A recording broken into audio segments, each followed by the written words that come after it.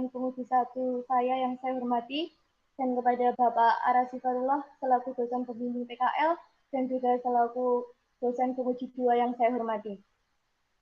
Saya akan mempresentasikan terkait laporan praktik kerja lapangan saya yang berjudul Strategi Penanganan Anggota Siswo yang Tidak Memenuhi Target Pengumpulan Siswa pada Lembaga Amil Zakat Nasional Yatim Mandiri Madiun. Yang pertama, bab 1 pendahuluan latar belakang. Bahwa kondisi saat ini Indonesia dan negara di dunia tengah menghadapi masa pandemi akibat adanya virus COVID-19. Yang dilansir dari laman Satgas COVID 2020 pada tanggal 27 Juli, pasien COVID Indonesia telah menembus angka 100.303 jiwa, di mana Provinsi Jawa Timur menjadi provinsi tertinggi dengan kasus, yaitu berjumlah 20.539 orang. Berbagai kebijakan telah dikeluarkan oleh pemerintah seperti physical distancing, social distancing, penerapan protokol kesehatan, maupun pengalihan pekerjaan maupun kegiatan yang beralih secara daring. Adapun UNESA juga mengeluarkan kebijakan terkait pembelajaran secara daring, begitu pula jurusan ilmu ekonomi yang mengeluarkan surat edaran tentang panduan pembelajaran masa pandemi yang pada poin 2 utamanya yaitu mata kuliah PKL sebagai mata kuliah yang wajib diampu oleh mahasiswa eksis dilaksanakan secara daring, dijadwalkan ulang pada semester berikutnya, ataupun dilakukan konversi yang setara dengan 3 SKS. Hal ini dilakukan mengapa? Karena PKL sangatlah begitu penting bagi peningkatan skill keterampilan mahasiswa, sehingga tetap wajib dilaksanakan meskipun dialihkan secara daring. Untuk itu, penulis selaku mahasiswi jurusan ilmu ekonomi, program studi S1 Ekonomi Islam, melaksanakan PKL pada Lembaga Amil Zakat Yatim Mandiri Madiun. Yatim Mandiri sebagai lembaga sosial yang memiliki banyak program untuk pemberdayaan masyarakat dan yatim duafa, di mana keberhasilan dari program-program tersebut tidak terlepas dari bagian SISKO, tim penghimpun dana zakat, atau yang disebut zakat infak sedekah konsultan, sebagai garda terdepan dalam mengajak masyarakat atau donatur untuk berbagi rezekinya melalui yatim mandiri. Dan untuk meningkatkan profesionalisme kinerja SISKO, maka terdapat suatu target bulanan yang harus dipenuhi oleh setiap anggota. Di mana pandemi membawa dampak menurunnya perolehan dana siswa yang dihimpun oleh SISKO. Yang berdasarkan data target SISKO pada bulan Juni dan bulan Juli, terdapat 6 dari 12 anggota atau setengah anggota SISKO yang mengalami penurunan target. Nah, berdasarkan hal tersebut, maka penulis ingin mengetahui bagaimana manajemen penghimpunan dana siswa, serta bagaimanakah penanganan untuk siswa yang tidak memenuhi target pengumpulan bulanan, serta apakah sudah sesuai dengan syariat Islam.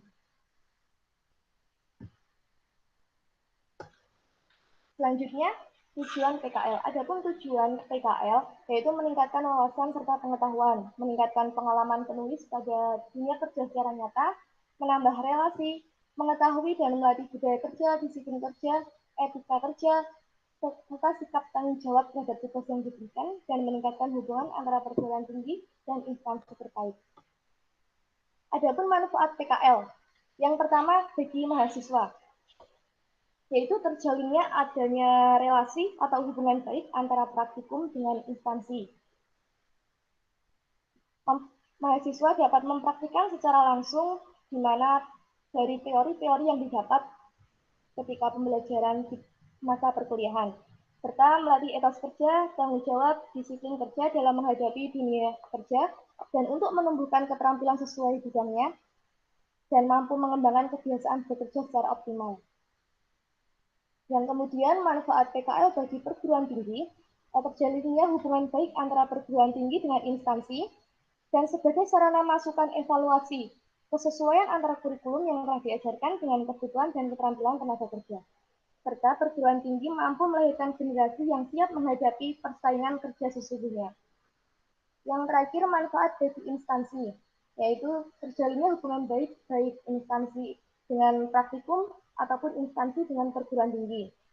Sebagai bentuk pengabdian kepada masyarakat, dengan memberikan kesempatan kepada mahasiswa untuk pelatihan persiapan masuk dunia kerja, dapat memanfaatkan tenaga kerja PKL, serta mendapatkan alternatif calon karyawan yang telah dikenal baik dan dikenal mutunya. Untuk bab 2, pelaksanaan kegiatan PKL. Kegiatan PKL ini dilaksanakan pada instansi yaitu Lembaga Anil Zakat Nasional Yatim Mandiri Madiun yang beralamatkan di Jalan Letkol Suwarno, Perum Bumi Mas, nomor 2, Mojorejo, Kecamatan Taman, dengan pimpinan adalah Bapak Gunawan Eskom. Yatim Mandiri sendiri merupakan sebuah lembaga sosial atau non-profit yang berbentuk yayasan. Dibentuk pada tanggal 13 Maret 1994 di Surabaya dengan nama awal yaitu Yayasan Pembinaan dan Pengembangan Panti Asuhan Islam dan Anak Purna Asuh atau YP3IS. Dan lembaga ini menjadi lembaga amil zakat nasional berdasarkan surat keterangan Kementerian Republik Indonesia nomor 185 tahun 2016. Adapun logo instansi terakhir dirubah pada tahun 2012 yang terinspirasi dari pesawat yang sedang take off mengarah ke kanan atas yang berarti bahwa semua kegiatan atau program yatim mandiri tidak hanya untuk menuju kebahagiaan, kebaikan, tetapi juga keberkahan bagi semua pihak. Dan ada lambang anak yang bergerak berarti meraih mimpi dengan didukung oleh donatur di belakangnya. Selanjutnya ada visi yatim mandiri. Menjadi lembaga terpercaya dalam membangun kemandirian yatim dan duafa. Kemudian ada misi yatim mandiri, membangun nilai-nilai kemandirian yatim dan duafa, meningkatkan partisipasi masyarakat dan dukungan sumber daya untuk kemandirian yatim dan duafa, meningkatkan kapasiti building organisasi. Adapun struktur organisasi Lasmas Yatim Mandiri Madiun dipimpin oleh brand manager atau kepala cabang yang di bawahnya ada staf program, ada 1 orang, staf keuangan 1 orang, admin data 1 orang, sedangkan staf fundraising terdiri dari 12 anggota, yang mana 11 anggota adalah tim penghimpunan zakat infak sedekah dan khusus 1 anggota adalah penghimpunan wakaf. Adapun program-program yang ada pada Yatim Mandiri Madiun ada 6 program. Yang pertama ada program pendidikan meliputi Insan Cendekia Mandiri Boarding School sebagai program formal untuk anak tingkat SMP dan SMA. Kemudian ada Sekolah Tinggi Agama Islam An-Najah Indonesia Mandiri, Bestari atau beasiswa yatim mandiri dengan bantuan biaya langsung kepada anak tingkat SD, SMP maupun SMA. Kemudian ada pendampingan lulus ujian khusus bagi kelas 9 dan kelas 12. Ada Genius, Duta Guru, Rumah Kemandirian, dan Supercamp. Yang selanjutnya ada program pemberdayaan, ada Bunda Mandiri Sejahtera. Ini merupakan sebuah pendampingan kegiatan usaha untuk meningkatkan perekonomian keluarga. Dan Mandiri Entrepreneur Center sebagai program non-formal bagi lulusan anak yatim tingkat SMK maupun SMA. Kemudian ada program kesehatan yang meliputi kesehatan keliling, rumah sakit semandiri, supervisi kurban, dan bantuan berupa makanan untuk peningkatan gizi anak yatim dan duafa. Kemudian ada program kemanusiaan yang berupa bantuan alat-alat sekolah, bantuan langsung mustahik, dan bantuan bencana alam. Selanjutnya ada program Ramadan seperti buka puasa, berbagi, sedekah Al-Quran maupun zakat di lingkungan sekitar. Yang terakhir ada program donatur inspiratif. Program ini hanya ada di lembaga amil zakat Yatim Mandiri Madiun yang digagas oleh staf program Yatim Mandiri Madiun. Ya, program donatur inspiratif ini bertujuan untuk meningkatkan atau mempererat tali silaturahmi dari instansi Yatim Mandiri Madiun dengan para donatur. Selanjutnya ada deskripsi kegiatan pelaksanaan PKL yang dilaksanakan pada Lasmas Yatim Mandiri Madiun pada tanggal 13 Juli 2020 hingga 8 Agustus 2020 atau 4 minggu dengan pelaksanaan sesuai kesepakatan, di mana bahwa kepala cabang menginginkan mahasiswanya juga belajar secara langsung sehingga tidak 100% online, tetapi ada seminggu 2 kali diwajibkan untuk masuk di kantor. Di mana uraian kegiatan PKL pada minggu 1, mahasiswa belajar pada bagian administrasi dan keuangan, serta juga melakukan fundraising secara online. Minggu kedua, belajar dan praktik pada bagian program, kita melakukan fundraising secara online. Dan minggu ketiga, ada praktik pada bagian penghimpunan dana, bukan mahasiswa, kita melakukan fundraising secara online. Dan minggu terakhir, praktik pada bagian penyaluran, serta melakukan fundraising secara online. Sehingga disimpulkan bahwa penempatan pelaksanaan PKL online yaitu pada penghimpunan dana, yaitu fundraising online dan pencarian donatur di sekitar rumah. Serta ketika kegiatan PKL di kantor, yaitu pada seminggu 2 kali, itu pada bagian administrasi, keuangan, program, dan penghimpunan juga. Adapun faktor pendukung pelaksanaan kegiatan PKL, ada keterbukaan kepala cabang sekaligus juga pembimbing lapangan dan penempatan PKL pada semua bidang, sehingga mahasiswa PKL dapat belajar secara keseluruhan dan mengerti bagaimana pengelolaan zakat pada yatim mandiri Madiun. Untuk faktor penghambatnya, yaitu kurangnya intensitas bertemu karena bersifat online dan pembimbing lapangan slow respon ketika melakukan diskusi dan bimbingan online. Sehingga solusinya yaitu bagaimana mahasiswa PKL mampu melakukan koordinasi secara intensif kepada pembimbing lapangan.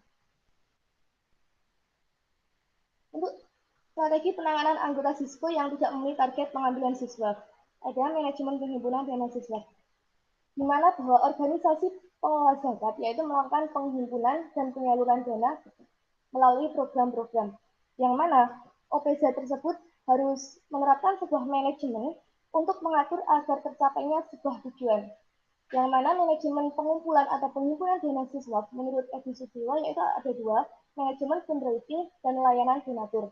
Fundraising sendiri kegiatan menghimpun dengan mempengaruhi calon muzaki agar menyalurkan dananya kepada lembaga zakat yang bisa dibagi menjadi dua, yaitu fundraising online dan fundraising offline. Yang kedua ada layanan donatur, yaitu menerima keluhan dan saran dari donatur. Adapun manajemen penghimpunan pada Lasnas Yatim Mandiri Madiun dilakukan oleh tim penghimpunan Zisko atau Zakat Infak Sedekah Konsultan. Dengan tugas Zisko yaitu pengambilan donasi rutin. Artinya bahwa tiap anggota mengambil donasi yang telah tertulis atau donatur yang setiap bulannya memang menyalurkan dananya melalui yatim mandiri. Yang kedua ada pengembangan donasi baru, di mana para anggota Disko setiap harinya harus mencari donatur baru.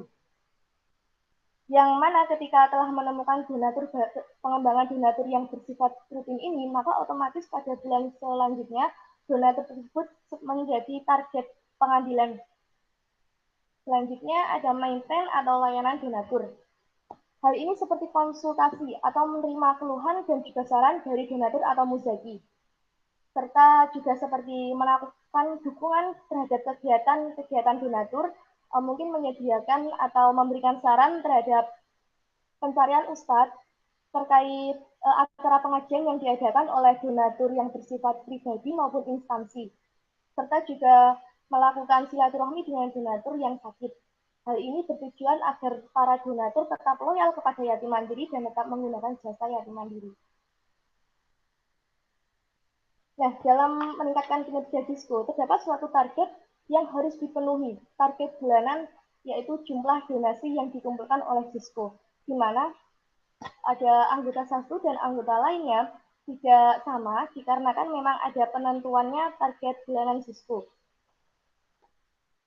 Penentuan yang pertama adalah dikarenakan lamanya waktu bekerja. Semakin lama bekerja di bagian Disko, maka para anggota Disko tersebut akan mendapatkan banyak donatur rutin, maka juga akan meningkatkan perolehan dana siswa. Yang kedua ada produktivitas anggota Disko. Ini bisa dilihat dengan bagaimana para anggota itu melakukan penawaran atau fundraising secara offline maupun online.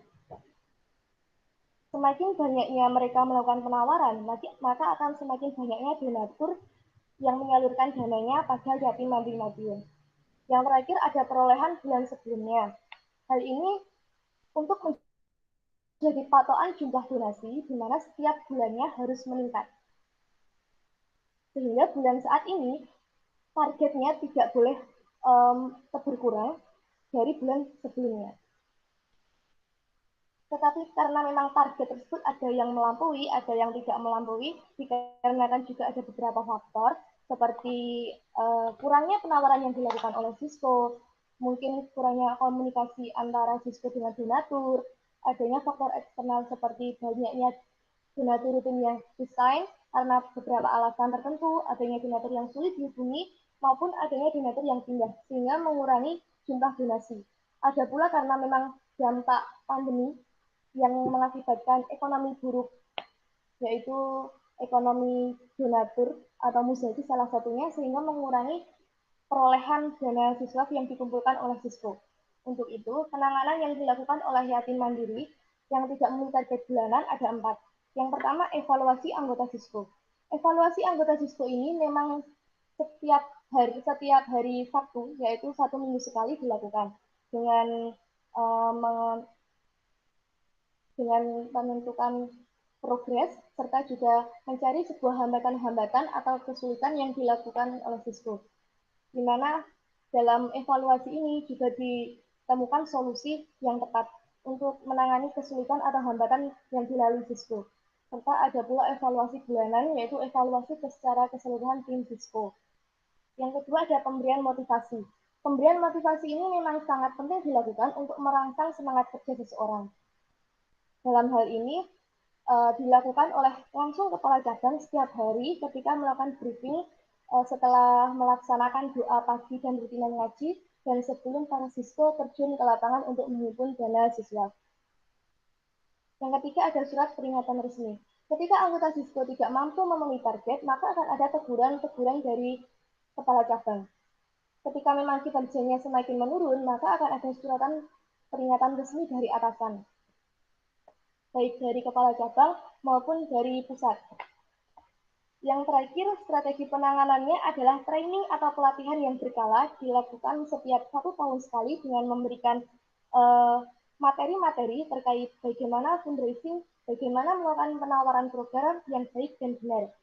Untuk itu juga ada praktiknya setelah pemaparan materi untuk meningkatkan skill khusus bagi Sisko dalam melakukan penghimpunan.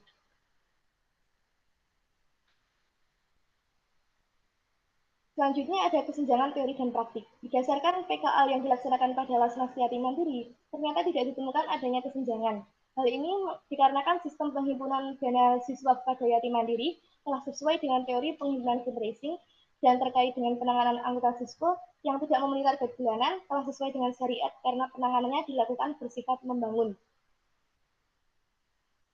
Kemudian ada bab 3 penutup kesimpulan.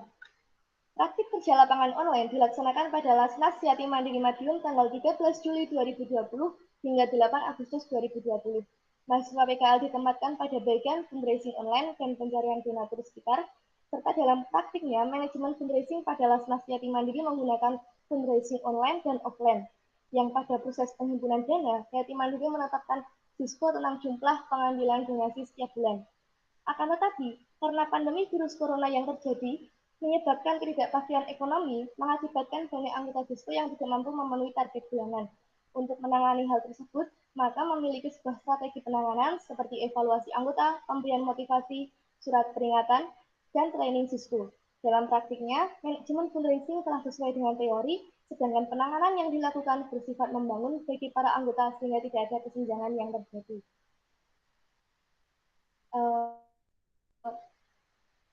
Itu dari saya, kurang lebihnya mohon maaf. Terima kasih. Wassalamualaikum warahmatullahi wabarakatuh. Waalaikumsalam.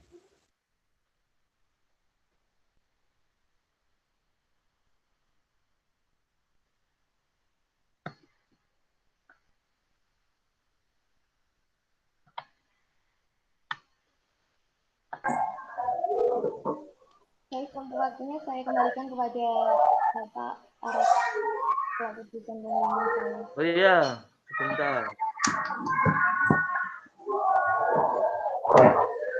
Baik, saya persilakan Pak Yasin untuk memberikan masukan, saran, ataupun pertanyaan. Monggo Pak Yasin. Baik, terima kasih Pak Arasy, Dr. Arsy Fahrullah sebagai dosen pembimbing PKL, sekaligus dalam hal ini juga sebagai pendidik. Sebelumnya saya ucapkan selamat kepada Mbak Uswatun Hasanah yang telah menyelesaikan PKL dan menyusun laporan PKL dan saat ini telah diseminarkan dalam seminar PKL dan mudah-mudahan bisa membawa kebaikan sesuai dengan tujuan yang diharapkan oleh Mbak Uswatun Hasanah. Mbak Uswatun Hasanah, sebelumnya saya tanya berapa bulan praktek PKL-nya di yatim mandiri? Untuk waktunya adalah 1 bulan Pak, selama 4 minggu. 4 minggu ya? 4 minggu. Oke. Selama 4 minggu secara spesifik ditempatkan di bagian mana? Bagian penghimpunan dana, terutamanya adalah fundraising secara online. Oh, fundraising ya? Iya. Oke. Sudah berapa yang dihimpun? Untuk penghimpunannya sendiri itu ada 1 Pak. Satu aja? Ya, dan itu saya transferkan di rekening yatim mandiri. Karena pada saat itu ada tidak masuk kerja kantor, jadi secara offline di rumah. Oke. Itu target juga, apa ditarget juga? Sebenarnya dalam melakukan fundraising itu tidak ada targetan dari pembimbing lapangan, Pak. Gitu ya. Selain di bagian fundraising, apa lagi? Untuk masuk di kantor itu kita ditempatkan dan belajar pada bagian keuangan, admin data, serta juga belajar pada program. Oke, pada program ya. Programnya apa yang digunakan? Program yang kemarin itu adalah kita mengunjungi rumah kemandirian.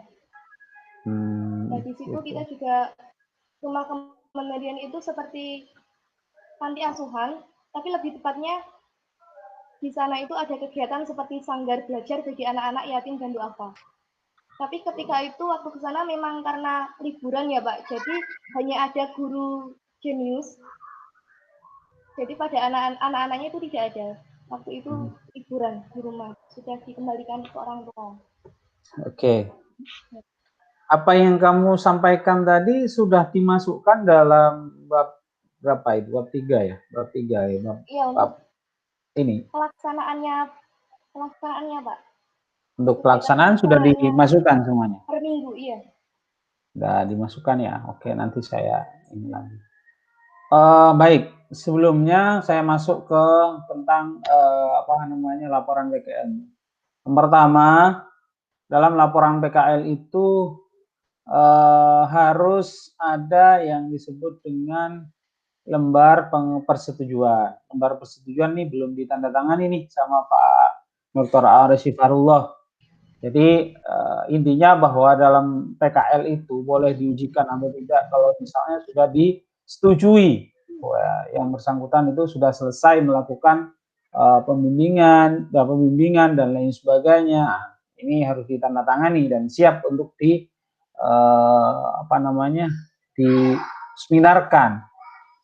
Terus ada halaman pengesahan ini nanti sebenarnya setelah misalnya setelah revisi dan lain sebagainya itu baru nanti ada. Jadi lembar persetujuan dulu baru lembar pengesahan itu seperti itu ya. Jadi nanti kalau misalnya ini diperbaiki dan dimintakan tanda tangan kepada Arif dan ini juga berlaku kepada siapapun. Jadi kalau misalnya nanti teman kalian mau ujian, mungkin dia kelupaan dan lain sebagainya, untuk disampaikan terlebih dahulu bahwa harus minta tanda tangan lembar persetujuan. Itu ya terkait dengan lembar persetujuan dari dosen pembimbing khususnya PKL gitu ya. Dan kalau nggak salah ini halaman pengesahan laporan ini bukan seperti ini deh, kalau nggak salah ya. Coba nanti dicek ya. Coba nanti dicek seperti apa. Saya mungkin lupa. Terus selanjutnya berkaitan dengan ini dicatat ya. Nanti tolong saya pokoknya untuk revisinya saya tidak nyatat gitu. Saya langsung ngomong, nanti tolong dicatatkan gitu. Nanti saya tinggal kalau misalnya sudah direvisi, saya tinggal tanda tangan dan kirim lagi ke saya langsung gitu ya. Biar saya nggak ribet-ribet nyatat dan lain sebagainya, lembar revisinya apa Pak dan lain sebagainya. Tidak langsung dicatatkan aja, biar nanti lebih gampang ya. Begitu Mbak ini ya, Mbak siapa namanya? Uswatun. Iya, Pak. Selanjutnya saya masuk ke tujuan. Tujuan di sini ada 1, 2, 3, 4, 5, 6. Ada 6 tujuan. Ya kan? Menambah dan meningkatkan wawasan, ya kan? Pengetahuan tentang praktek kerja lapangan di kantor, LAS, ya kan? Yatim mandiri, mengenalkan mahasiswa pada dunia kerja secara nyata, menambah relasi untuk mempersiapkan diri menuju lapangan kerja atau dunia kerja, mengetahui dan melatih budaya kerja, disiplin kerja, dan etika kerja, melatih sikap disiplin dan bertanggung jawab terhadap tugas yang diberikan. Yang terakhir itu adalah meningkatkan hubungan antar perguruan tinggi dan lain sebagainya ini. Tujuan PKL ini selain memang harus muncul di laporan, ya kan, nanti secara umum ya, juga harus muncul di kesimpulan.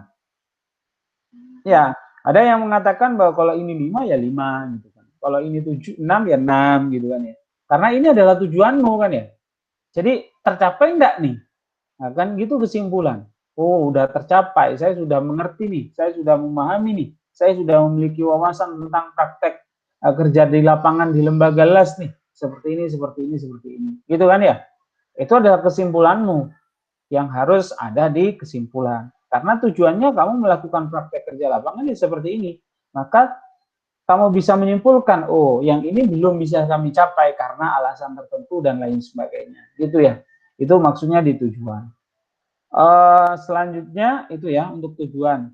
Selanjutnya berkaitan dengan apa namanya? Sebentar. Ini saya tidak terlalu ini. Masuk ke kegiatan pelaksanaan PKL. Ya, minggu pertama Senin 13 Juli sampai Sabtu. Jadi masuknya itu dari Senin sampai Sabtu. Gitu kan ya? Iya, untuk hari kerjanya, Pak. Betul ya. Nanti yang ini sudah dapat paraf belum dari pembimbing tuh? Pembimbing di mana? Di lapangan sudah ya? Sudah, Pak. Sudah ya, harus ada soalnya. Terus berkaitan dengan apa namanya?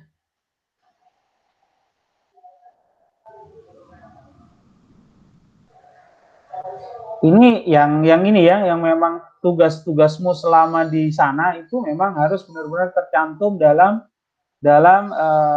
tiap minggunya. Nah, dan itu harus ada paraf setiap harinya, ya kan? Setiap harinya dari dosen pembimbing lapangan.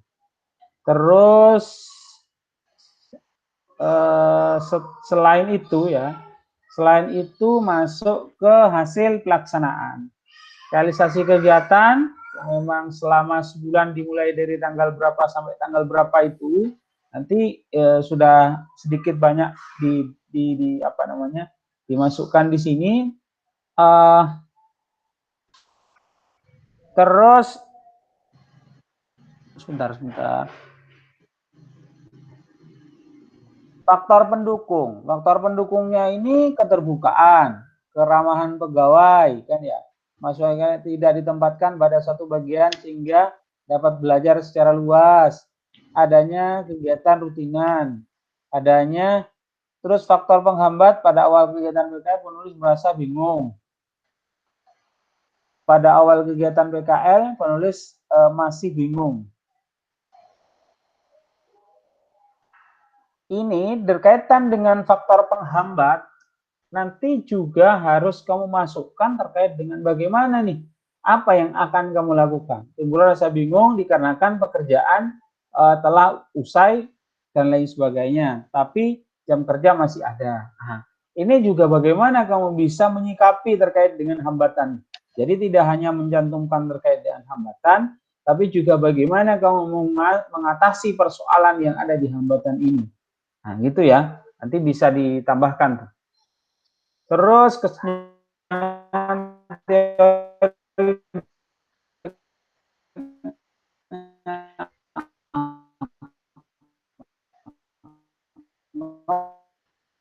ya kan, menurut ini yang dikutip dari ini ya, ada Huzaifah dalam Ridwan, ya kan?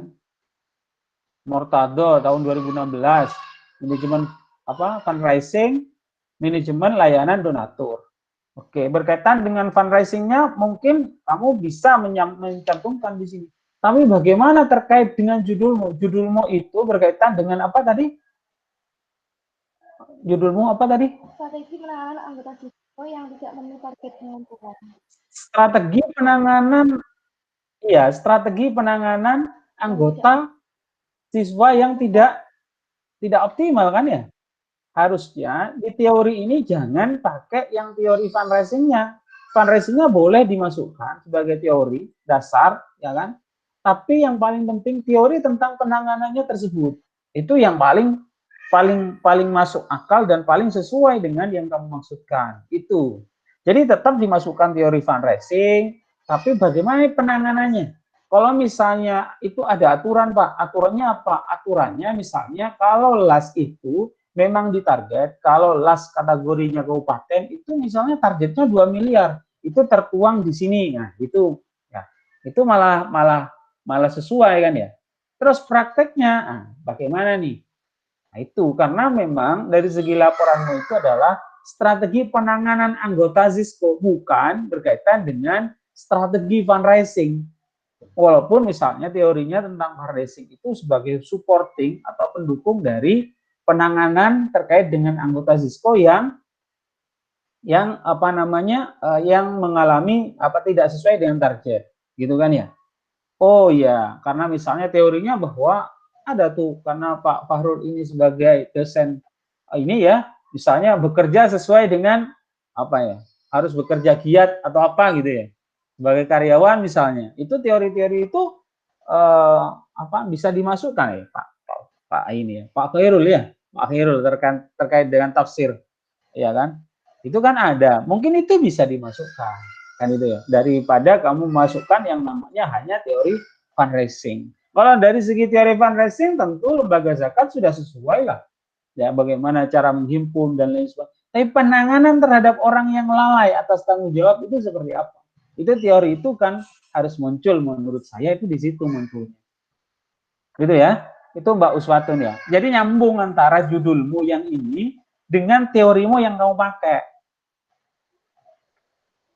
Pak, ini kan hanya ujian PKL, ya sudahlah. Dalam artian semampumu, ya apa caranya kan itu. Semampumu saja kan ya. Nanti diperbaiki. Saya intinya bahwa bagus ini punyamu ini bagus. Kenapa? Karena memang ini pun ya kalau misalnya Pak Dokter ini mau ya kan, tinggal nanti dipoles dikit ya bisa jadi artikel nih kan ya. Tapi ditambahi datanya kan ya. Ditambahi datanya nanti Mbak Uswatun dengan Pak Fahrul bisa nih, mungkin ya walaupun sudah bukan levelnya ya, tapi mungkin bisa diminta bimbingan Sinta 4 mungkin lah dapat ini, mungkin ya, atau Sinta 5, kalau Sinta 5 kan bukan ini ya.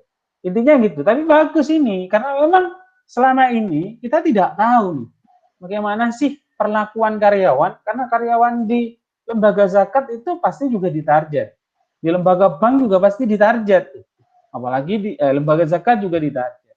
Nah, itu yang saya maksudkan bahwa ini menarik. Bagaimana sih penanganannya itu, tentang itu. Karena saya fokus kepada penanganan. Nah, di sini ada penanganan anggota ZISCO yang tidak memenuhi target. Itu Mbak ya. Yang terakhir, mungkin ini menarik kalau misalnya waktu lamanya bekerja, berapa sih kira-kira mungkin bisa dibuat tabel tuh. Kalau misalnya mau, bisa dibuat tabel. Oh iya, dari setahun. Kalau sudah 3 tahun, kalau misalnya 5 tahun, kalau misalnya ada data tersebut nggak apa-apa ditambah. Kalau nggak apa-apa, nggak usah ini berkaitan produktivitas. Bagaimana ini yang maksud produktivitas? Terus perolehan tahun sebelumnya, jika perolehan tahun sebelumnya sekian, maka tambahannya sekian. Itu yang menurut saya menarik sekali kalau misalnya diperjelas. Tapi intinya bahwa penanganannya sudah ada, berkaitan dengan penanganan. Yang pertama berkaitan dengan motivasi ya, yang pertama ini evaluasi ya kan, terus pemberian motivasi, adanya surat peringatan, terus training siswa atau pelatihan siswa. Ini saja yang yang apa namanya, yang yang dilakukan. Nah, kamu boleh mengambil di sini berkaitan dengan teorinya, kesenjangan teorinya boleh ngambil yang di atas ini, yang mulai dari pemberian motivasi, adanya surat peringatan dan lain sebagainya, itu boleh ngambil dari teori-teori yang ada berkaitan dengan penanganan ini ya. Itu menurut saya. Yang terakhir, seperti yang tadi saya katakan bahwa kalau misalnya tujuannya itu ada 6, silahkan nanti di Pak, ini saya gabung misalnya. Oh, enggak apa-apa kalau misalnya pun digabung. Pak, kesimpulannya boleh lebih, boleh, ya kan, boleh lebih. Tapi kurang daripada itu berarti yang sekian itu dianggap sebagai tidak ada apa namanya suatu hal yang tidak bisa dicapai.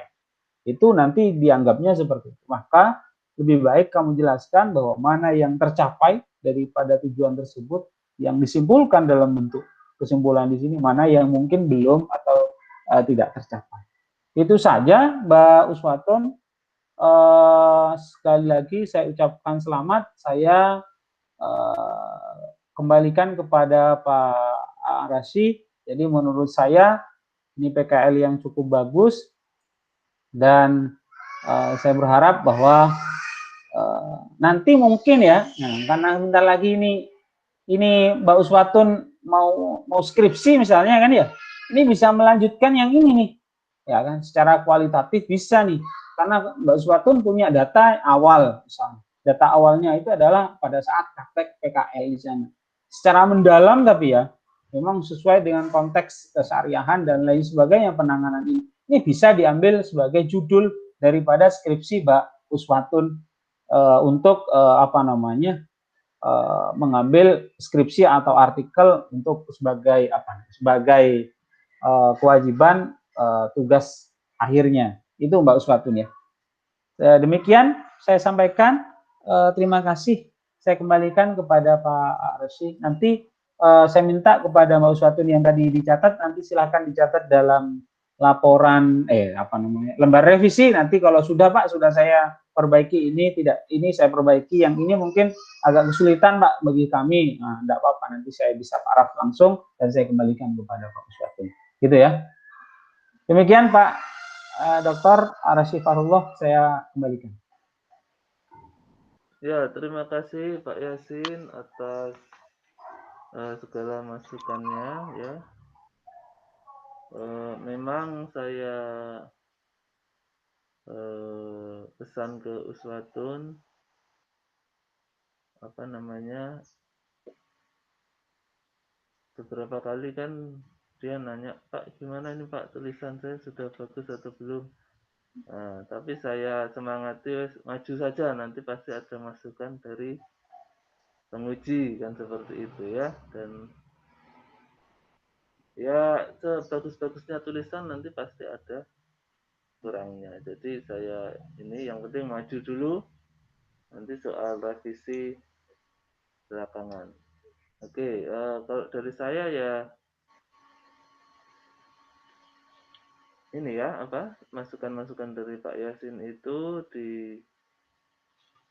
diperbaiki yang kurang apa. Nanti kalau ada yang kurang jelas bisa berkonsultasi dengan saya ya, Uswatun ya. Ya, demikian ujian PKL atas nama Saudari Uswatun Hasanah. Saya rasa sudah cukup Pak Yasin. Terima kasih atas segala masukannya. Saya kembalikan ke Pak Yasin untuk peserta selanjutnya, Pak Yasin.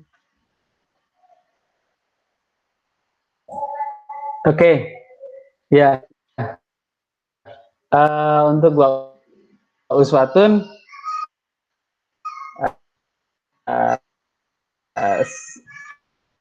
selesai ya. Selanjutnya Mbak sudah siap? Oh ya, Mbak Uswatun layak tidaknya setelah revisi ya.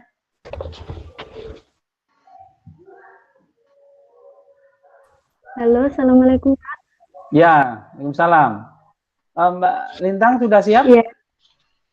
Sudah siap? Bentar. Saya ini ya Pak, coba presentasikan. Duh, ya, ambilkan dulu.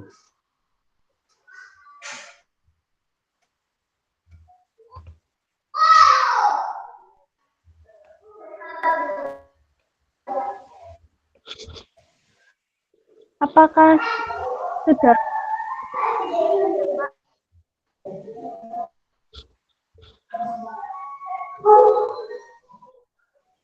Halo, assalamualaikum. Belum ada apa-apa ini.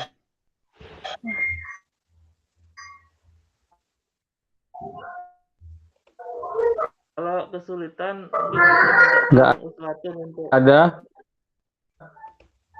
Nah ini baru muter-muter ini.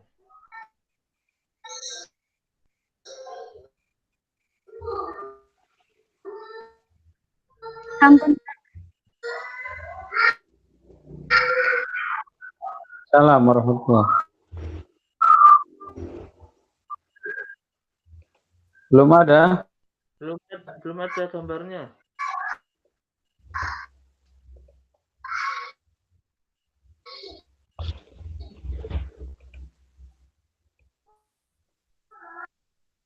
Bisa minta tolong Uswatun aja kalau kesulitan untuk menampilkan.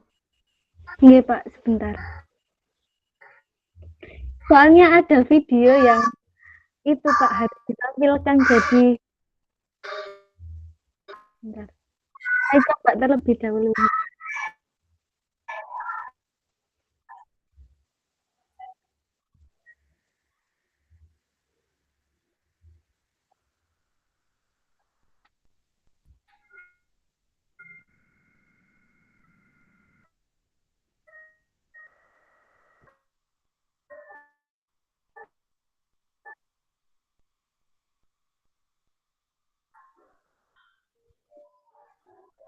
Apakah sudah?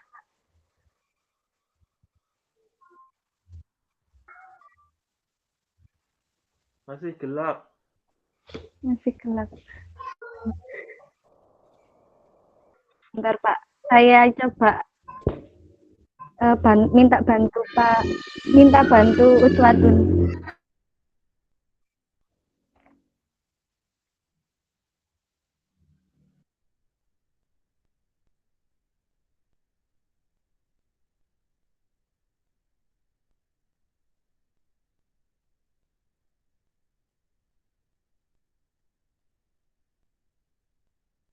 Karena ada video yang harus saya tampilkan Pak, takutnya ditaruh di PPT nanti nggak bisa dibuka di laptopnya Uswatun gitu. Ini sudah kelihatan. Sampun. Sudah. Oh iya. Baik. Saya akan memulai untuk presentasi laporan praktik kerja saya.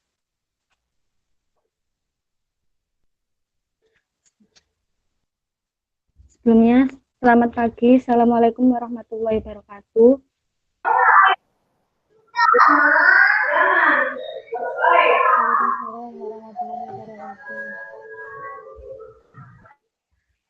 Sebelumnya, terima kasih untuk Pak Arasi dengan Pak Yasin telah menyempatkan waktunya untuk menguji laporan saya pada jam 10 hari Senin 30 November 2020. Sebelumnya, saya Sinta Lintang Nurila dari Ekonomi Islam 2017A 083 ingin mempresentasikan tentang laporan praktik kerja lapangan yang berjudul Strategi Penghimpunan dan Badan Amil Zakat Basnas Kabupaten Mojokerto dalam masa pandemi COVID-19.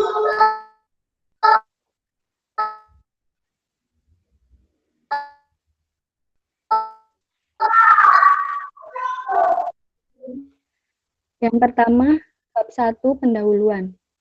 Latar belakang. Era globalisasi mengharuskan setiap instansi dapat bersaing dengan baik. salah satu faktor berlangsungnya kegiatan. Dalam pengembangan sumber daya manusia, pendidikan merupakan hal yang tidak dapat terlepas. Menurut sumber berita resmi Statistik Angkatan Kerja tahun 2000. Halo Lintang, gambarnya hilang. Oh, hilang ya. Bentar. Kan satu saja nggih, Pak. Iya, PowerPoint-nya biar ditampilkan Uswatun. Nanti kalau video mungkin baru Lintang yang Baik, Pak. menampilkan.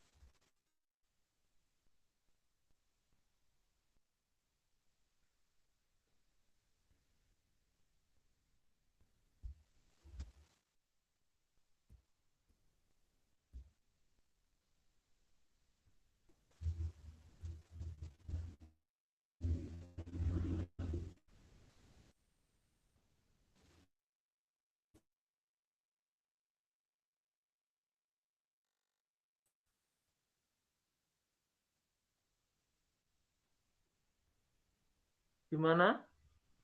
Bentar, Pak, masih mengirimkan filenya. Ya.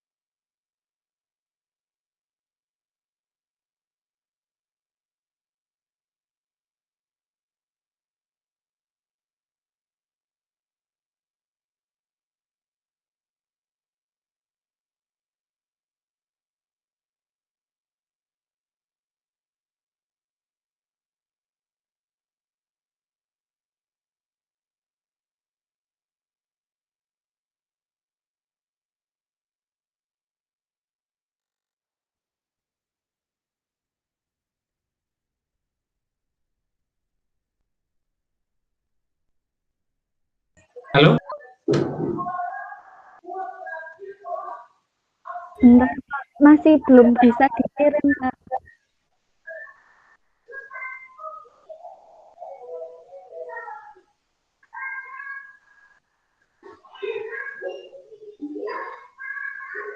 Tempatmu itu susah sinyal paling Lintang. Iya, Pak, ngedek susah sinyal. Ah, kayak gitu. Sebentar, Minta Pak. Kominfo, ya. Nggih.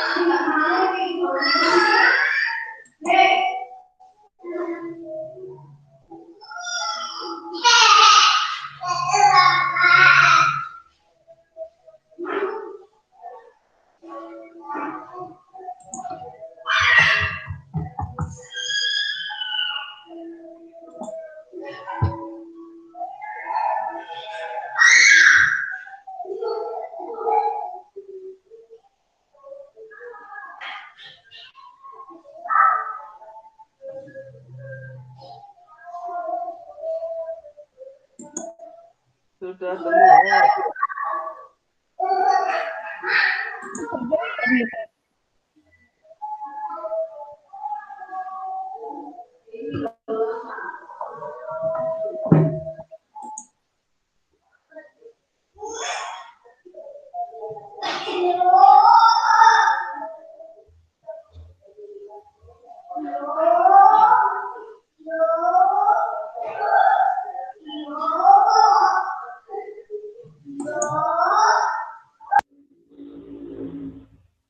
Baik, Pak. Saya mulai kembali. Untuk yang latar belakang, bab 1 pendahuluan, latar belakang. Di era globalisasi mengharuskan setiap instansi atau perusahaan dapat bersaing dengan baik. Tentu saja dalam hal ini sumber daya manusia menjadi salah satu faktor pendorong berlangsungnya kegiatan. Dalam pengembangan sumber daya manusia, pendidikan merupakan hal yang tidak dapat terlepaskan. Menurut sumber berita resmi statistik Survei Angkatan Kerja Nasional oleh Badan Pusat Statistik nomor 40/05-TH-XX 111,5 Mei 2020. Dari data tersebut dapat dilihat bahwa perguruan tinggi memiliki angka angkatan kerja nasional lebih tinggi dibandingkan tingkatan SD, SMP, SMA, SMK, dan diploma. Oleh sebab itu, perguruan tinggi perlu untuk menciptakan lulusan yang tidak hanya unggul dalam hard skill, namun juga soft skill. Dalam hal ini, Universitas Negeri Surabaya memberikan kesempatan untuk setiap mahasiswa melaksanakan program praktik kerja lapangan. Praktik kerja lapangan merupakan mata kuliah wajib yang harus ditempuh oleh mahasiswa S1 Ekonomi Islam, Fakultas Ekonomi Universitas Negeri Surabaya dengan bobot SKS 2.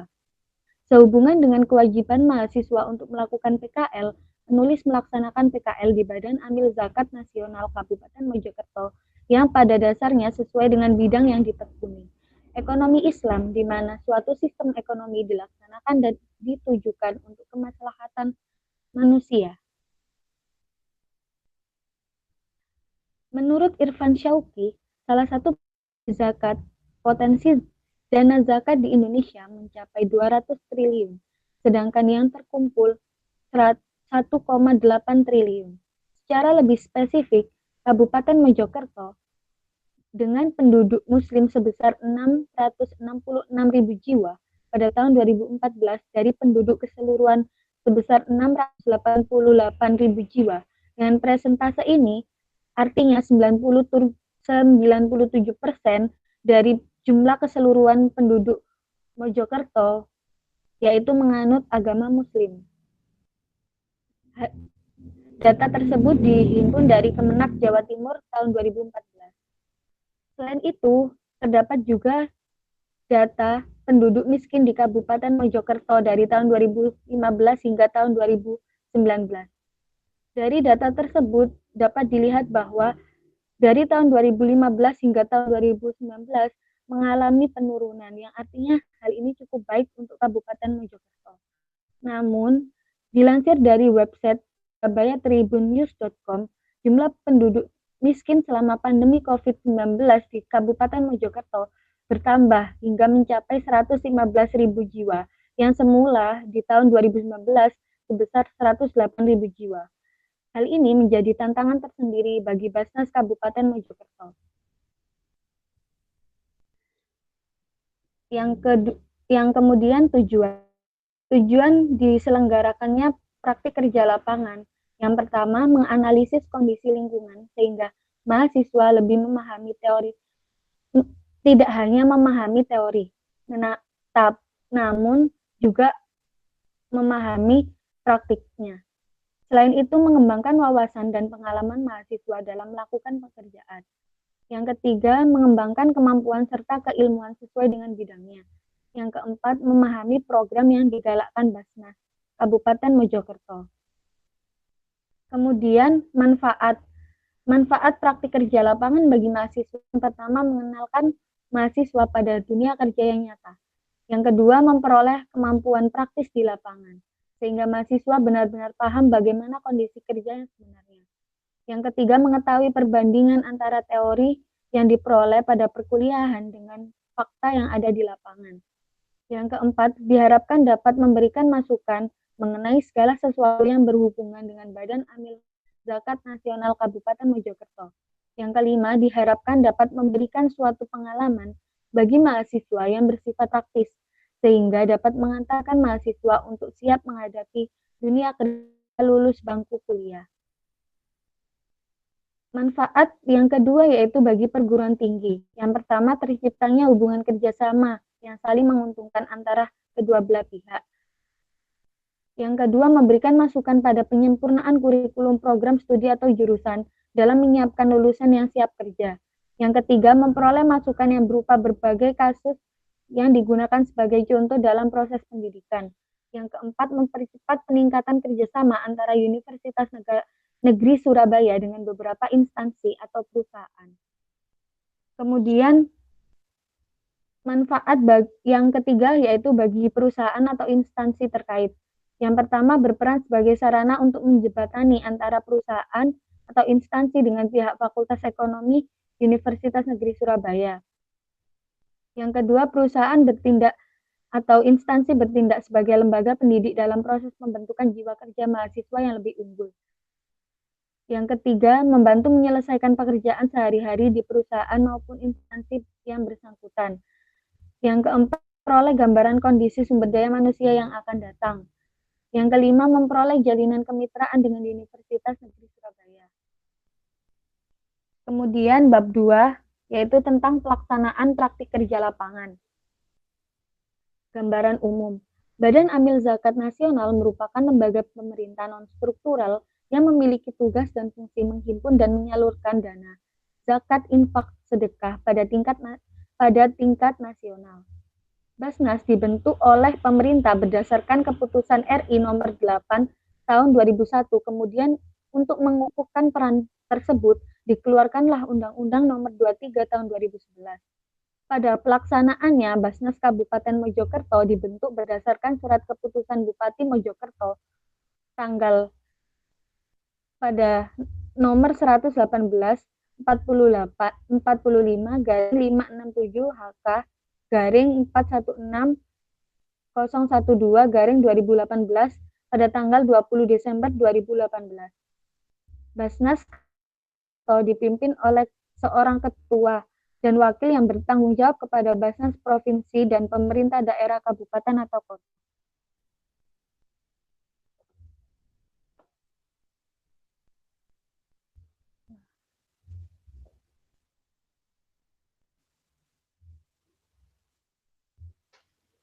Slide-nya hilang. Iya, Pak. Sebentar, Pak.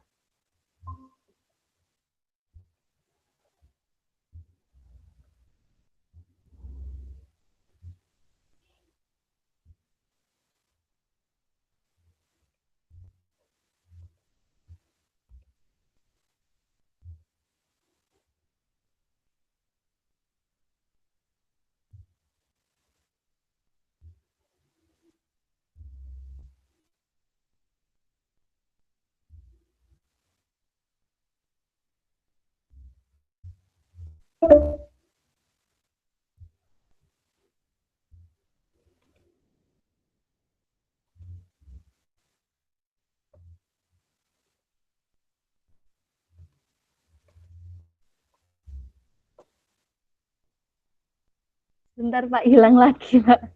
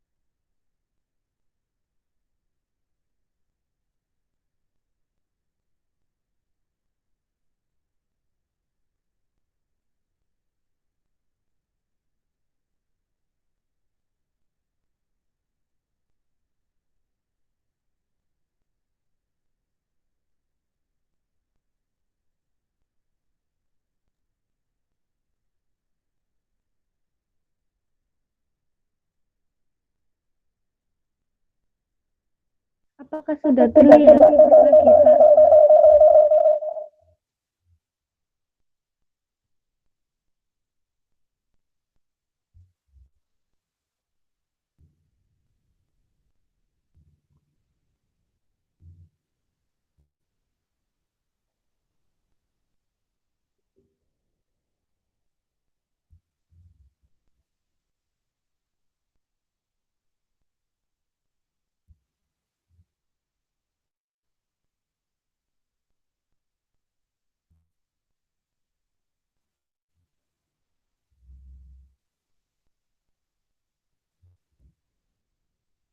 Halo, Assalamualaikum. Sudah. Sampun nggih, Pak? Ya. Agak Baik, dipercepat aja nggak apa-apa. iya. Baik, saya lanjutkan untuk sejarah Basnas Kabupaten Mojokerto. Pada mulanya, Basnas Kabupaten Mojokerto bernama BAS atau Badan Amil Zakat yang berada dalam Kementerian Agama Kabupaten Mojokerto. Dalam kegiatan operasionalnya, kantor BAS Kabupaten Mojokerto berada di lingkungan Kementerian Agama Kabupaten Mojokerto. yang terletak di Jalan R.A. Basuni nomor 28A Mojokerto, yaitu pada tahun 2010 hingga tahun 2013. Namun pada tahun 2013 hingga tahun 2018 terdapat kekosongan di dalam kepengurusan BAS, sehingga di waktu tersebut tidak ada program atau kepengurusan yang dapat berjalan. Selanjutnya pada tahun 2018 setelah dikeluarkan surat keputusan Bupati Mojokerto, kegiatan operasional BAS Kabupaten Mojokerto BAS Kabupaten Mojokerto beralih menjadi Basnas Kabupaten Mojokerto dan mulai beroperasi pada tanggal 1 Februari 2019 di Jalan Ayani nomor 16 Mojokerto atau di dalam lingkungan Pemkab Kabupaten Mojokerto. Untuk landasan hukum pelaksanaan kegiatan terdapat Undang-Undang Nomor 23, terdapat Peraturan Pemerintah Nomor 14 Tahun 2011, terdapat Keputusan Direktur Jenderal Bimbingan Masyarakat Islam Nomor DJ 2568 Tahun 2014, terdapat Surat Keputusan Bupati Mojokerto Nomor 188. Untuk visi misi, yang pertama visi yaitu terwujudnya Basnas Kabupaten Mojokerto yang resmi, syar'i, transparan, amanah, dan profesional. Yang kemudian misinya meningkatkan kesadaran umat untuk taat berzakat, meningkatkan penghimpunan, menumbuh kembangkan pengelolaan amil zakat, mewujudkan pusat data zakat, optimalisasi peran zakat dalam menanggulangi kemiskinan.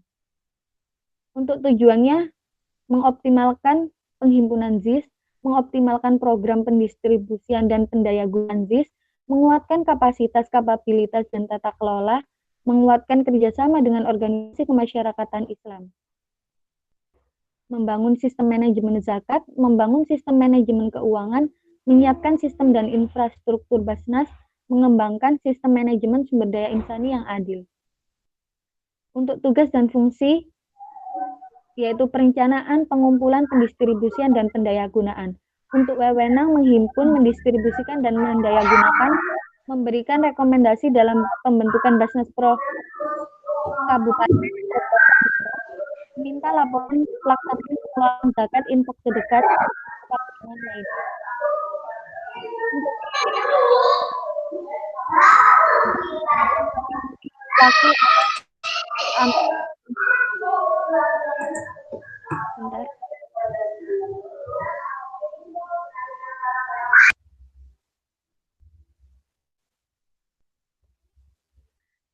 Syar'i atau berkaidah Islam, amanah, dan profesional. Dalam struktur organisasi, terdapat 5 pimpinan yang terdiri dari ulama, profesi, tokoh masyarakat, pelaksana non-PNS dengan jabatan 5. Hal ini sesuai dengan Undang-Undang Nomor 23 Tahun 2011 tentang pembentukan. Lintang, langsung saja ke poin apa yang kamu lakukan. Oh baik Pak. Untuk pelaksanaan praktik kerja lapangan berada di Jalan Ayani nomor 16 Mojokerto pada tanggal 22 Juni hingga 31 Agustus. Pelaksanaan ini berlangsung selama 6 minggu, yaitu dari minggu pertama yang dimulai dari Senin 22 Juni hingga Jumat 31 Juli 2020. Untuk kegiatan praktik kerja lapangan yang saya lakukan di Basnas Kabupaten Mojokerto, dalam hal ini desain Instagram, editing video, dan beberapa hal administrasi umum. Jadi selama saya praktik kerja lapangan di sana, saya lebih condong ke skill apa yang saya miliki untuk membantu pihak Basnas dalam mengelola sosial media dan memberikan informasi kepada masyarakat seperti itu. Dan juga saya sempat melakukan training kepada salah satu pegawai Basnas untuk bisa editing desain seperti di Corel Draw, Photoshop, dan sebagainya. Untuk minggu pertama, yaitu pengenalan lingkungan kerja, pemberian arahan, pemberian tugas, membuat desain ID card, mencetak ID card, materi tentang SIBA, membantu persiapan sarasehan. Untuk minggu kedua, mengarsipkan dokumentasi sarasehan, membuat after movie, membuat desain poster donasi, publikasi desain. Untuk minggu ketiga, membuat desain feed, tutorial desain feed yang sudah saya sebutkan sebelumnya, membuat desain pamflet, membuat desain rekening, publikasi desain. Untuk minggu keempat, membuat desain sosial media, penyaluran bantuan kebakaran, membuat desain penyaluran bantuan kebakaran, publikasi desain. Untuk minggu kelima, membuat video after movie penyaluran bantuan, membuat desain kampanye berzakat, membuat desain sedekah hari Jumat. Untuk minggu keenam, membuat desain kresek kurban, membuat desain banner kurban, membuat desain ucapan selamat hari raya acara kurban Basnas, melanjutkan penulisan laporan PKL. Dari hasil praktik kerja lapangan, saya menemukan saya banyak melakukan diskusi terkait bagaimana penghimpunan dan penyaluran zakat dapat dilaksanakan lebih optimal. Selain itu, saya mendapat pelajaran mengenai pentingnya ketepatan waktu atau disiplin dalam dunia kerjasama tim yang baik. Dalam pelaksanaan praktik kerja lapangan, saya mendapati bagian umum di mana lebih banyak menghabiskan waktu untuk mengerjakan tugas dalam bidang desain visual dan videografi. Hal ini menjadi catatan bagi lembaga, tak terkecuali juga bagi penulis, di mana teknologi berkembang sangat cepat dan pesat. Bagi Basnas Kabupaten Mojokerto, yang tentu saja masih baru, tentu saja hal ini mendapatkan perhatian khusus dikarenakan masih baru, sehingga perlunya untuk menginformasikan kepada masyarakat agar masyarakat lebih mengetahui peran pentingnya Basnas Kabupaten Mojokerto.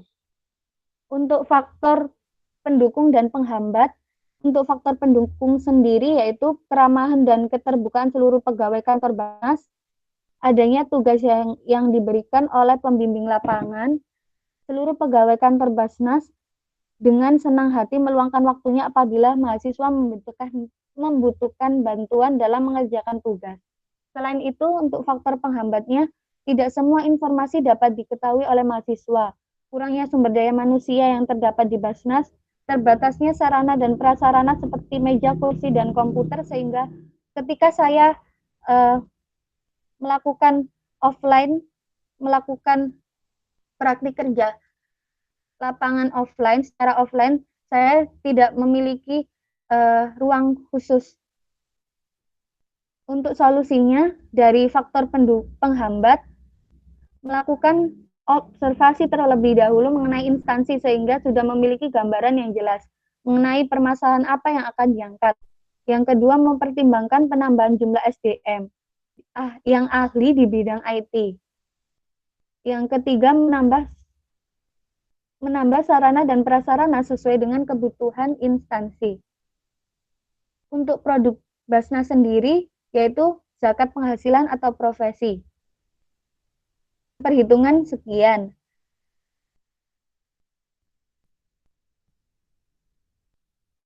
Untuk layanannya terdapat layanan via konter, layanan jemput zakat, layanan bayar zakat, kurban online, sosialisasi zakat, audiensi dengan pimpinan instansi, unit pengumpul zakat, dan yang paling menjadi program sekaligus layanan khusus dari Basnas Kabupaten Mojokerto, yaitu adanya relawan Basnas, di mana tujuan adanya relawan Basnas tersebut menjadi penguat kapasitas tim atau dalam melayani mustahik, membangun jaringan informasi, komunikasi, dan teknologi, tolong-menolong sesama relawan, kebersamaan dalam menggalang potensi membantu masyarakat miskin.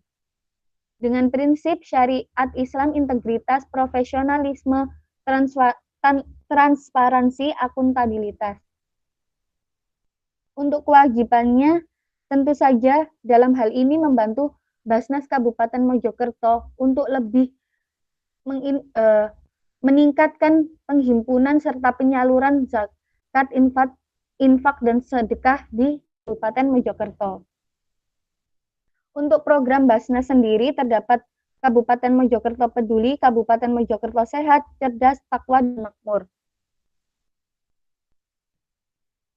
Untuk kesenjangan teori dan praktik, dari pembicaraan mengenai kemiskinan bukan hal baru, terlebih lagi di tengah pandemi COVID-19 saat ini. berbagai upaya dilakukan pemerintah untuk menyelamatkan perekonomian negara. Dalam hal penanganan kemiskinan, dalam Islam memiliki perhatian khusus. Terdapat dalam surat Az-Zariyat ayat 19-20 di mana berbunyi Bismillahirrahmanirrahim wa fi amwalihim haqqul lisaili wal mahrum, yang artinya dan pada harta benda mereka ada hak untuk orang miskin yang meminta dan orang miskin yang tidak meminta. Dalam ayat tersebut dijelaskan bahwa harta yang kita miliki terdapat sebagian harta milik orang lain. Dari ayat tersebut Allah Subhanahu wa taala mengajak kita untuk saling berbagi. Untuk pengoptimalan zakat terdapat beberapa undang-undang yang telah dirancang oleh pemerintah Republik Indonesia berikut ini. Untuk menggali potensi zakat, menurut Hafifuddin 2011, langkah yang harus dilakukan terdapat 4, yaitu mengadakan sosialisasi, menguatkan amil, menyalurkan zakat, sinergi, dan koordinasi yang baik. Kesenjangan teori praktik yang saya temukan dalam Basnas kesenjangan teori praktik yang saya temukan selama praktik kerja lapangan di Basnas Kabupaten Mojokerto ada 2. Yang pertama yaitu terkait pelaporan pelaksanaan pendistribusian dan pendayagunaan zakat secara berkala oleh LAS kepada Basnas. Menurut salah satu pegawai Basnas yang bertugas di bagian keuangan, belum ada pelaporan apapun kepada Basnas.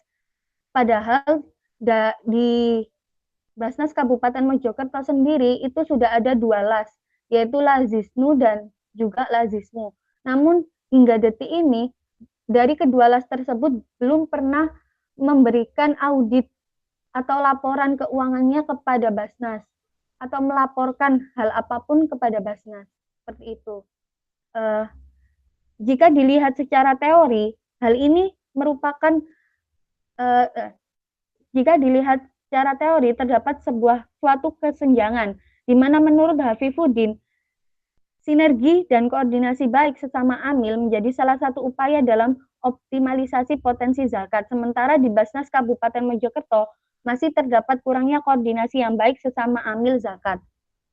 Selain itu, terdapat kesenjangan juga dalam teori undang-undang dilihat dari Undang-Undang Nomor 23 Tahun 2014, yaitu LAS wajib tentang pelaporan pelaksanaan pengumpulan LAS yang telah diaudit kepada Basnas secara berkala. Selain itu juga terdapat kesenjangan menurut Peraturan Pemerintah Nomor 14 Tahun 2014, di mana laporan yang sebagaimana dimaksud itu memuat akuntabilitas kinerja pelaksanaan pengelolaan zakat, infak, sedekah, dan dana sosial yang tidak dilakukan.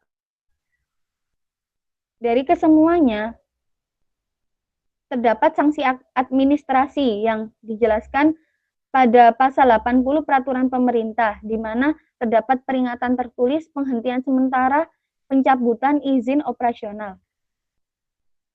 Dari yang saya ketahui di lapangan, untuk peringatan tertulis sendiri, Basnas Kabupaten Mojokerto sudah melakukannya. Namun untuk penghentian dan pencabutan, Basnas Kabupaten Mojokerto masih melakukan tinjauan kembali kepada LAS tersebut. Yang kedua, kesenjangan teori praktik yang saya temui yaitu terkait penerimaan pendapatan di Basnas Kabupaten Mojokerto dari awal beroperasinya yaitu Februari 2019 hingga Maret 2020, di mana terdapat ketimpangan penurunan sebesar dari bulan Juni ke bulan Juli, di mana pada bulan Juli itu Basnas Kabupaten Mojokerto untuk hal penghimpunan hanya mendapat sebesar 1.375.000.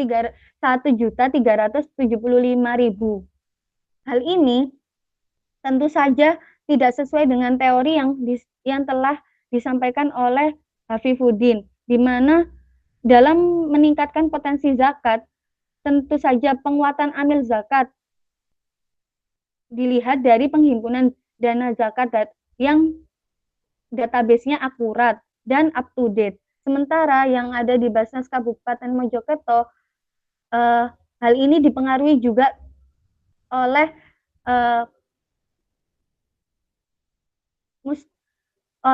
mustahik yang oleh muzaki yang melakukan pembayaran dengan metode dibayarkan pada bulan-bulan yang selanjutnya atau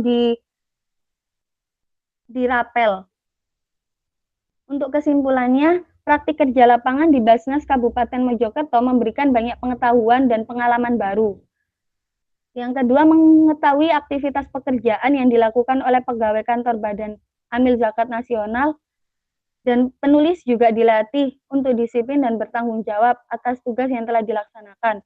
Penulis juga dilatih untuk meningkatkan keterampilan dan kemampuan yang dimiliki. Kemudian penulis dilatih untuk berinteraksi dengan pegawai secara baik sehingga dapat terjalin kerjasama tim yang baik. Untuk sarannya, bagi kantor Basnas, memperbaiki fasilitas dan penataan ruang untuk memudahkan pegawai di Basnas, memaksimalkan akun sosial media yang dimiliki oleh Basnas. Sementara itu, bagi perguruan tinggi memberikan peraturan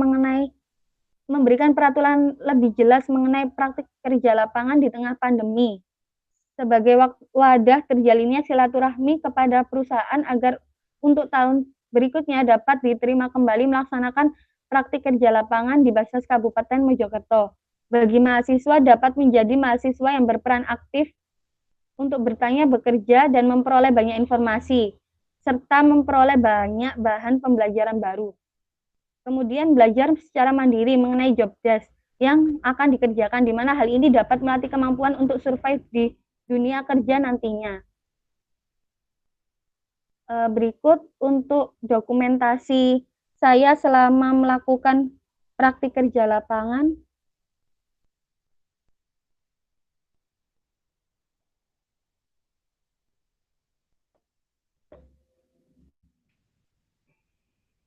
Ini enggak kelihatan apa-apa, Lintang.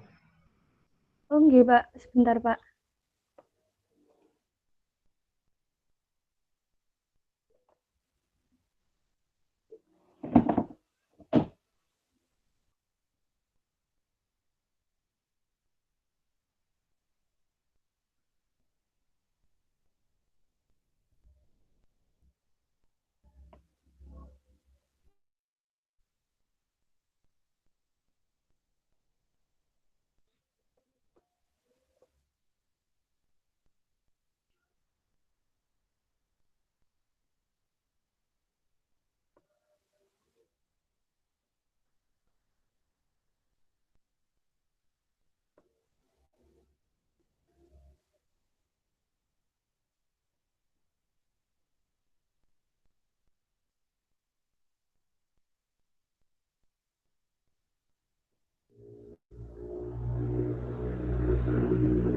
Apakah sudah terlihat, Pak?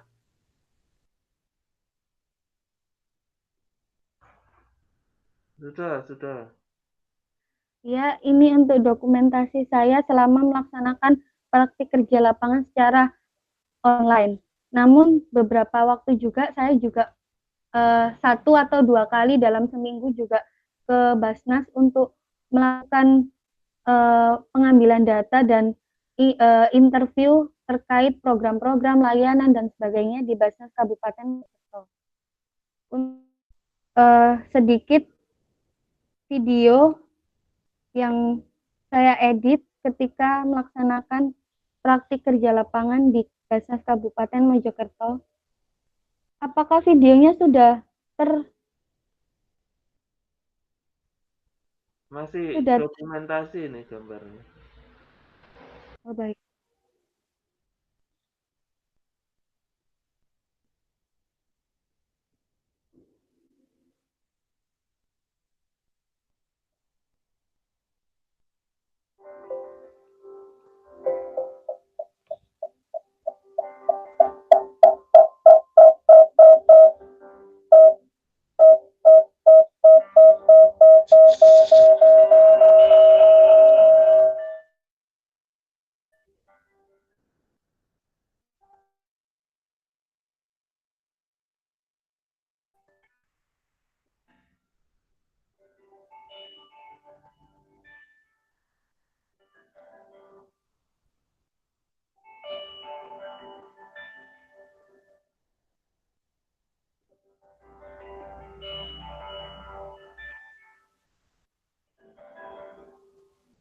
Jadi video ini saya ambil ketika melakukan penyaluran kepada korban kebakaran, yang dimana korban kebakaran tersebut merupakan salah satu mustahik dari Kabupaten Mojokerto itu, Basnas Kabupaten Mojokerto itu sendiri.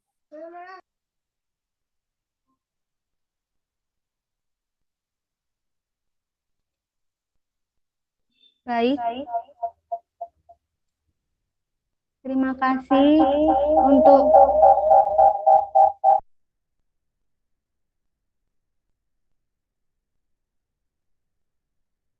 terima kasih atas waktunya. Aku mohon maaf dari saya, kurang lebih mohon maaf. Wassalamualaikum warahmatullahi wabarakatuh. Saya kembalikan kepada pembimbing. Yaitu Pak Yasin.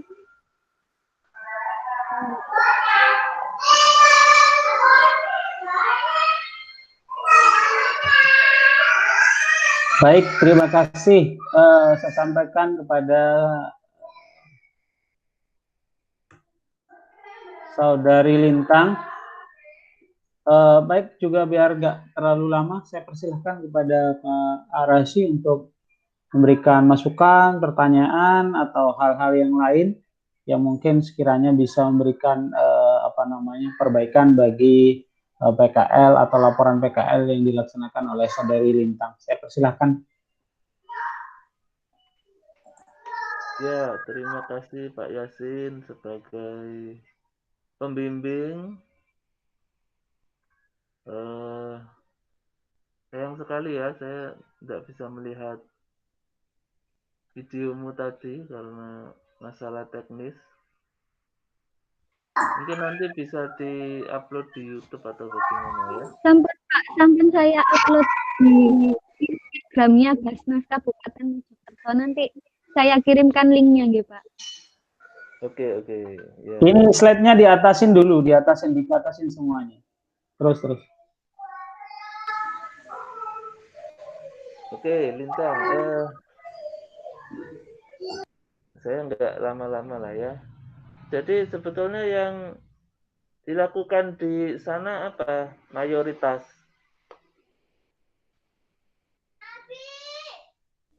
Penginformasian, Pak. Informasi dan membantu untuk hal desain seperti itu.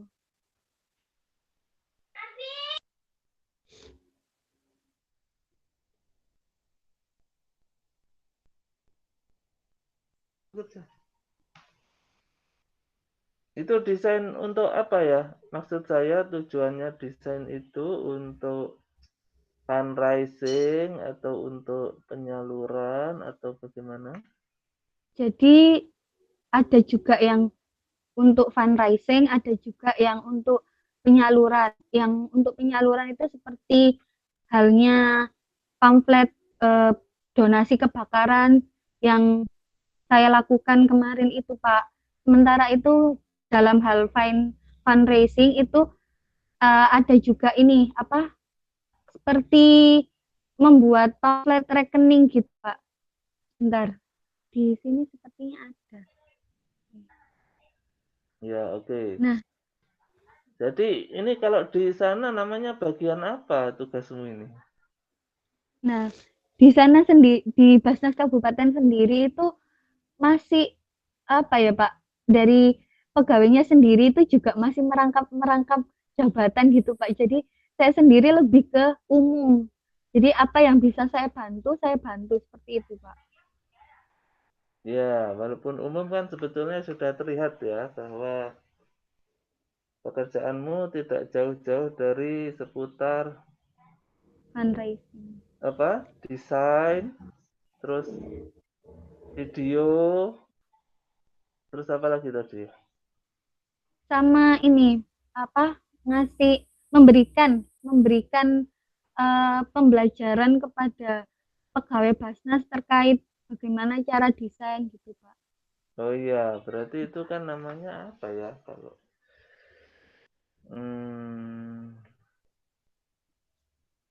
Maksud saya begini,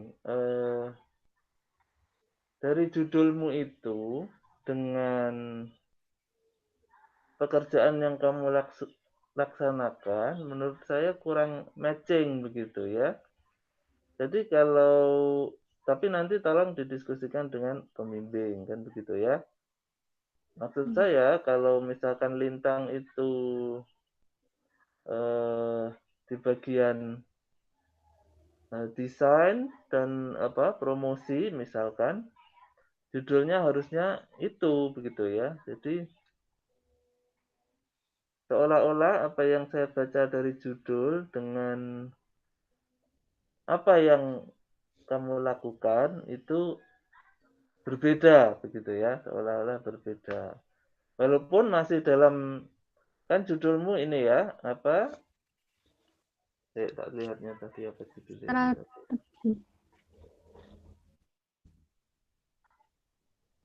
Penghimpunan dan penyaluran dana, kan begitu ya. Nah, itu kalau orang baca, orang akan mengharapkan pekerjaanmu tadi yang kamu tulis sehari-hari itu ya turun ke lapangan, mencari dana, setelah itu menyalurkan ke masyarakat. Pikirannya begitu. Nah, jadi saran saya kalau memang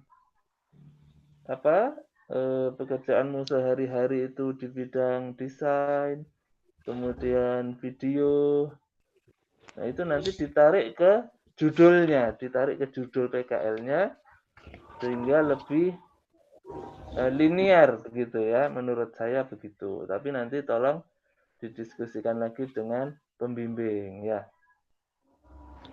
Lagi pula kalau untuk PKL itu memodifikasi judul itu enggak masalah begitu ya, enggak kayak skripsi yang kalau sudah judulnya ganti ya ganti seluruhnya. Tapi kalau untuk PKL ini menurut saya enggak ada masalah gitu ya untuk dimodifikasi judulnya agar sesuai dengan isinya begitu. Kemudian yang lainnya menurut saya sih nggak ada masalah ya Lintang ya. Nggak ada masalah, cuma satu yang di bagian kesenjangan teori dan praktek tadi bagus menurut saya ya. Tapi di endingnya itu menurut saya perlu dikasih gong gitu ya. Jadi semacam kesimpulan. Nah, kesimpulan kecil begitu ya, cuma satu paragraf begitu ya, kan kesenjangan teori dan prakteknya panjang kali lebar ya. Nah, nanti di endingnya itu dikasih kesimpulan. Jadi sehingga kesenjangan teori dan praktek dari praktek kerja lapangan kami adalah begini, wes gitu aja. Agar lebih mudah dibaca. Menurut saya begitu ya. Tapi sekali lagi nanti didiskusikan kembali dengan pembimbing. Ya, secara umum sudah melaksanakan praktek kerja lapangan itu sudah luar biasa ya, sudah luar biasa dan saya yakin Lintang dan Uswatun banyak mendapatkan pengalaman yang berharga selama berkutat dengan masyarakat gitu ya, berkutat dengan lembaga ketika melaksanakan PKL. Saya rasa itu saja Pak Yasin. Saya kembalikan ke pembimbing. Ya, baik. Terima kasih. Tolong sebelumnya Lintang slide-nya ini di ataskan gitu. Sampai yang full-kan atas. Berapa nggih, Pak? Sampai ke atas saja. Sampai full ke atas dari pertama. Oh iya, Pak.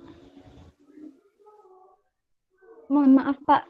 Apakah saya dapat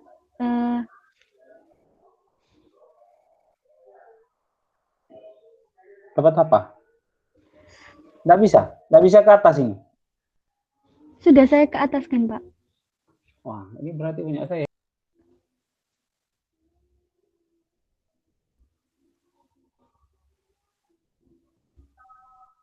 Oh, hilang malah. Oke. Oh iya, sudah. Oke. Baik, Saudara Lintang, sudah dicatat apa yang tadi Pak Rosy sampaikan? Sampun, sudah Pak. Tolong nanti biar lebih gampang nanti untuk revisinya, biar nanti Pak Arasi bisa langsung menandatangani. Kalau misalnya sudah direvisi, yang tadi dicatat itu biar tidak diinikan lagi sama Pak Arasi ya. Tolong bantu menyiapkan lembar revisinya aja gitu. Kalau misalnya ya. Tolong nanti disesuaikan atas masukan yang disampaikan oleh Pak Arasi sebagai penguji, walaupun mungkin perlu juga dijelaskan karena kamu itu menjelaskan tentang desain dan lain sebagainya dan promosi, karena memang promosi itu udah bagian dari fundraising ya. Nanti tolong itu dijelaskan ya, biar lebih apa tugasmu dan lain sebagainya lebih kelihatan sesuai gitu ya. Nanti diinikan ya. Itu saja yang mungkin pertemuan hari ini. Nanti kayak tidaknya kalau berkaitan dengan